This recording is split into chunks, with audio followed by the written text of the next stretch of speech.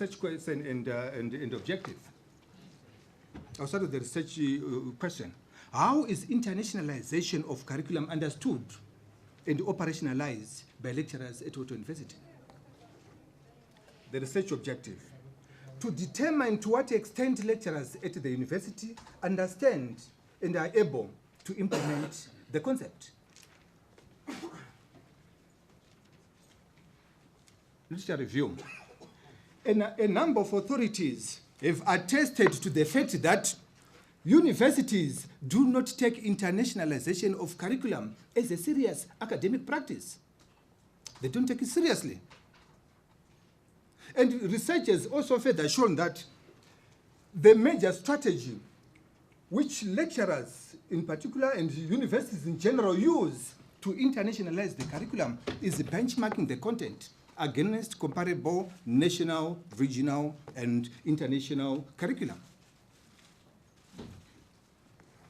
But Lisk, one of renowned authors in internationalization of the curriculum, said that it is only through practice in the classroom that universities and lecturers in particular can say that they are internationalizing the curriculum.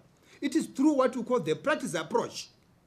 By the practice approach, according to Lisk, we're talking about lecturers creating, at micro level, creating and deploying internationalization tools such as teaching and learning processes that are able to transform students in their classrooms into people who are able to think at a global level. But then, ladies and gentlemen, what exactly do we mean by internationalization of the curriculum? There are so many conceptualizations. Others take it as cross-border education or curriculum. Others take it as transnational curriculum, while others use different forms to define internationalization of curriculum with so much reckless abandon. But I'm going to give you 4 conceptualizations of what we mean by internationalization of curriculum to help us understand exactly what this university and many other universities need to do to ensure that they capture the needs of the diverse nature of students in their institutions. The first conceptualization: it is the process of integrating an international and intercultural dimension into the teaching, and I'm particularly interested in the teaching aspect because that is where lecturers mostly function, into the teaching, research, and service function of a university. The second conceptualization: it is the process of giving the content of a curriculum an international orientation so it can adequately, and this is very critical, it can adequately ensure that our graduates are able to perform both socially and professionally in diverse, multinational and international contexts.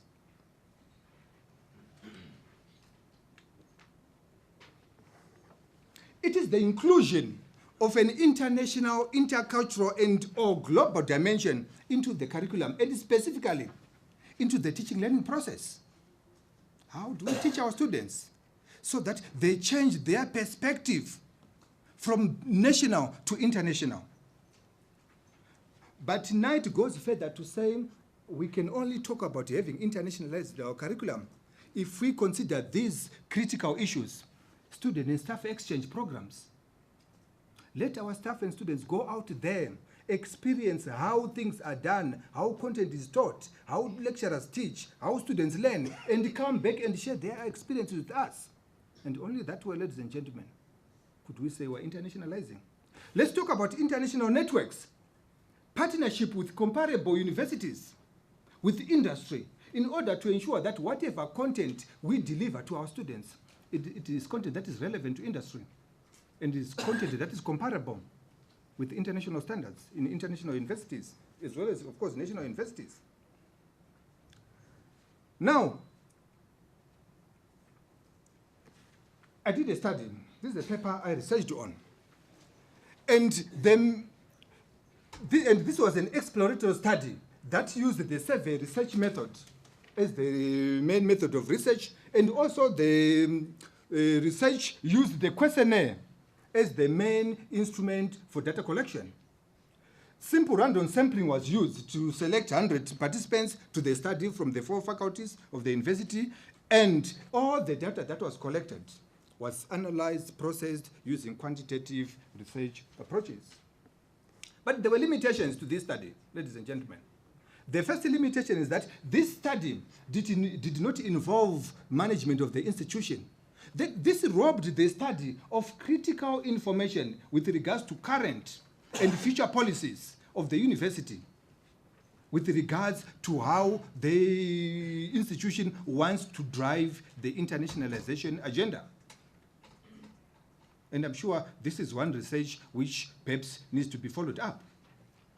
How does top management of this university want to drive through their policies and strategies the agenda? Thank you. And the other one is that by also using only one method of collecting data, this could have also had an effect on the quantity and quality of data collected, which may also have had ramifications on the types of conclusions given. Let me quickly go to the research findings. This paper found that 80% of the staff members at the university do not have a clear understanding of what internationalization of curriculum means, or how to implement it in the classrooms. 75% said they have not received any training at all on internationalization of curriculum.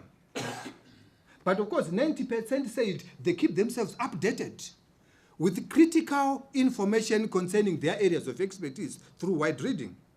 We call such people internationally competent. And 30% said they have studied and researched in international settings, and we call such people international experts. On content, almost 100% of the respondents said that their curriculum, their programs, of international standards. Why? Because they are benchmarked against comparable national, regional, and international curriculum and programs. On teaching methods, 30% of the respondents indicated that they consider the multicultural nature of their students during their teaching, while 35% indicated that they recognize international students, foreign students, as a teaching resource in the classroom. On learning activities and assessment, 15% of the respondents indicated that their assessments also measure intercultural skills, ability of students to understand and appreciate the diverse nature of students in their classrooms. And only 5% said as part of their assessments, they also evaluate,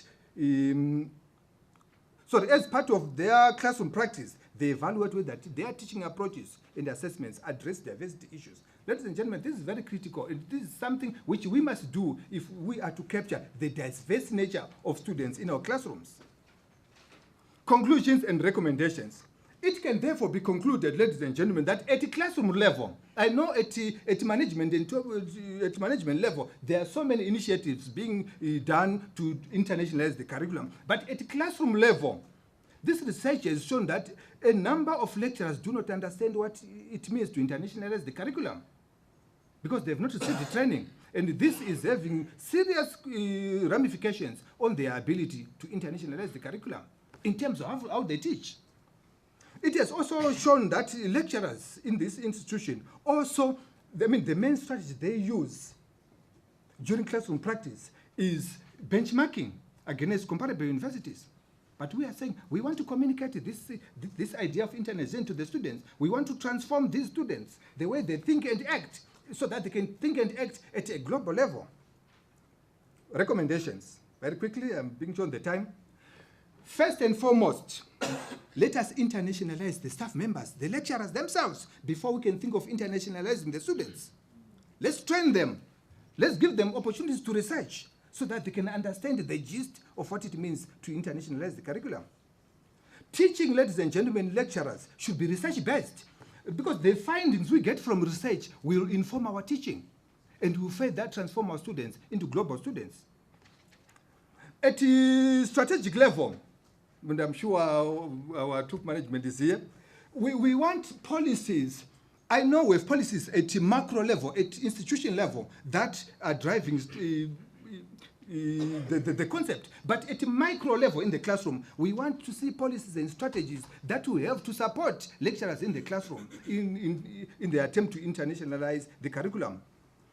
And of course, promotion of joint degrees is critical. annual performance management, it must have a section that captures internationalization of curriculum so that we can identify gaps very quickly and be able to take corrective action. And let's benchmark against comparable programs. Critically, ladies and gentlemen, and that's the last one. Critically, I propose that we must have a committee in the institution that is dedicated to internationalizing the curriculum, that spearheads or drives internationalization, so that these people are the people who can go to faculties, to departments, to lecturers, and assist them in their understanding and their ability to internationalize the curriculum. Ladies and gentlemen, to end, I'll leave you with that quotation. Yeah. Very quickly, sir. Very quickly, I need to read it. Sorry, very quickly. This is a critical quotation. Only by crossing boundaries into cultures and subjectivities beyond our own experiences, what you do here, only by committing ourselves to the defense of society and personality, only by redress of exclusion and disadvantage on a global scale, can you truly say, can you truly imagine and also ensure a global or internationalized curriculum? Thank you very much.